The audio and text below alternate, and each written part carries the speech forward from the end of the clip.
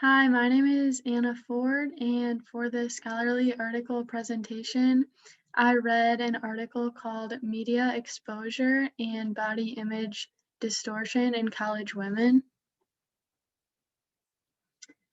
First, I want everyone to think about a few ways the media can affect you in your everyday lives.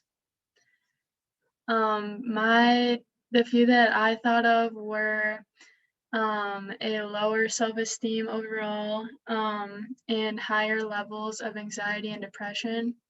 And also women, I found, tend to think thin people are more attractive and maybe more self-conscious about how they themselves look compared to other people.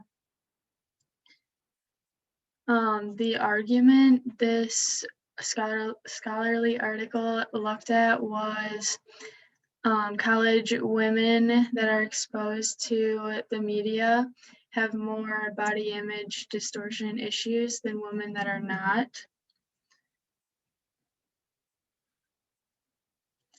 The method these researchers used was a survey, and they asked these college women to report exposure to 40 programs airing on primetime networks that female respondents reported reviewing between 0 and 780 minutes of reported viewing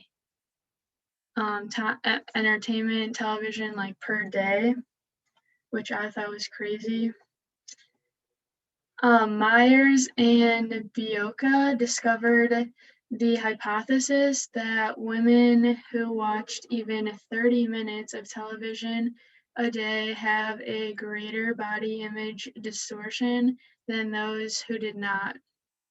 These researchers had a theory that the college women would score higher on the eating disorder subscales than the women not watching Thin Ideal television, and Thin Ideal television was a significant predictor of 4 dimensions of body image disorders for women of all races.